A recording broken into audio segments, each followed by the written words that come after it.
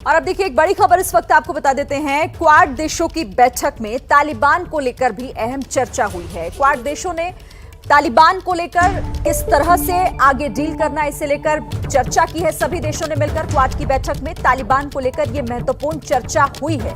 अफगानिस्तान की जमीन का आतंक के खिलाफ ना हो इस्तेमाल, सभी इस पर एक सहमत हो पाए हैं कि अफगानिस्तान की जमीन जो है उसका आतंकवाद को लेकर इस्तेमाल ना हो। अफगानिस्तान से निकलने वाले लोगों को सेफ पैसेज मिले।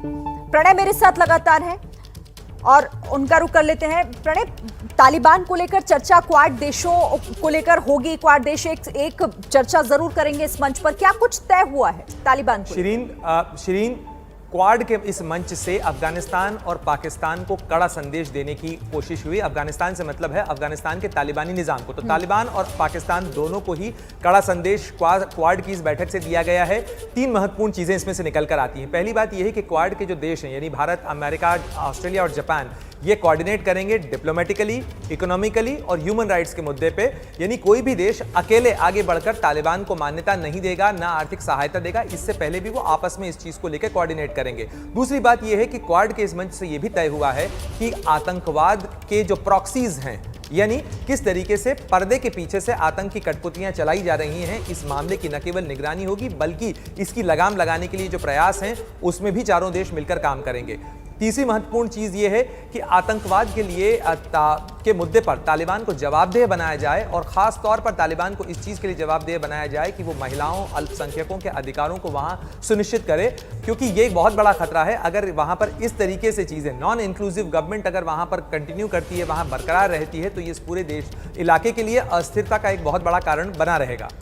जी अच्छा प्रणय, इसका असर क्या होगा? मतलब ये क्वाड देश एक साथ ये तय करते हैं कि भाई देखिए अफगानिस्तान को लेकर जो भी हम तय करेंगे सब साथ में मिलकर करेंगे, इसका असर क्या होगा?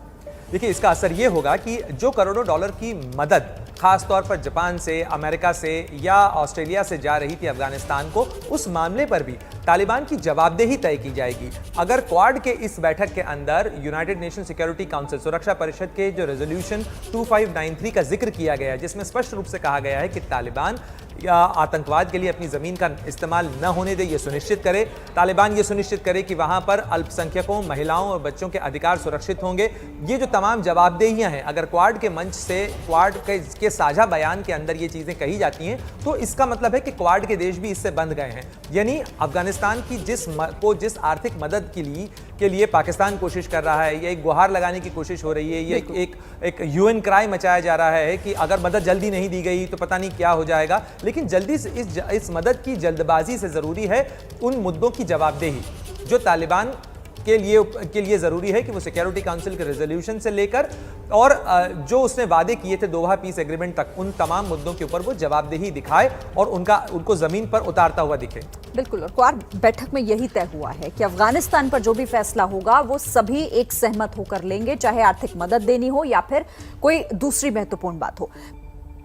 तो देखिए, प्रधानमंत्री नरेंद्र मोदी का आज यूएन में भाषण होने जा रहा है, लेकिन उससे पहले ग्लोबल सिटीजन कार्यक्रम को भी आज प्रधानमंत्री नरेंद्र मोदी यहां पर संबोधित करेंगे। इस कार्यक्रम को सिटीजन ग्लोबल कॉन्फ्रेंस को संबोधित करेंगे प्रधानमंत्री नरेंद्र मोदी। वीडियो कॉन्फ्रेंसिंग के जरिए प्रधानमंत्री नरेंद्र मोदी का संबोधन इस कार्यक्रम में होगा। शाम 6:30 बजे यूएन महासभा को भी संबोधित करेंगे प्रधानमंत्री नरेंद्र मोदी का ये अहम भाषण इसमें होगा। प्रणय उपाध्याय हमारे संवाददाता लगातार मेरे साथ हैं। प्रणय, अब यूएन में भाषण से पहले पूरी दुनिया की निगाहें टिकी हैं कि प्रधानमंत्री क्या कहते हैं। देखिए, स्वाभाविक रूप से दुनिया के दूसरी सबसे बड़ी आबादी का प्रतिनिधित्व करने वाला नेता अगर यूएन के मंच पे पहुंचता है, दुनिया की चौथी, पांचवी सबसे बड़ी अर्थव्यवस्था का नेता अगर विश्व के मंच पर पहुंचता है, दुनिया का सबसे बड़े लोकतंत्र का नेता अगर विश्व के मंच पर पहुंचता है, तो जाहिर तौर पर पूरी दुनिया की नजरें इस बात पर होती हैं कि भारत के प्रधानमंत्री क्या कहते हैं, क्योंकि इससे पूरे इलाके में भारत जो अंतर्राष्ट्रीय नीतियां हैं, चाहे वो क्लाइमेट चेंज के मुद्दे हों, खासतौर पर जो यूएन की जो पॉलिसीज और यूएन के जो मैटर्स हैं, उसमें भारत की आवाज खासी हैसियत रखती है और ऐसे में और भी हैसियत रखती है क्योंकि भारत इस समय जो यूनाइटेड नेशन सिक्योरिटी काउंसिल है उसका सदस्य भी है।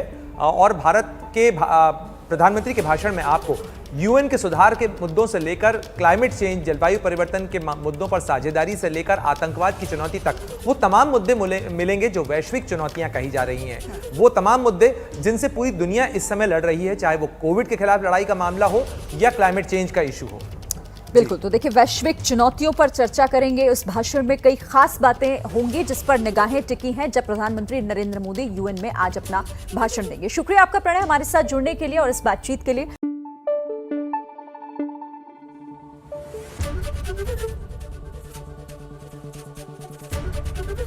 एबीपी न्यूज आपको रखे आगे।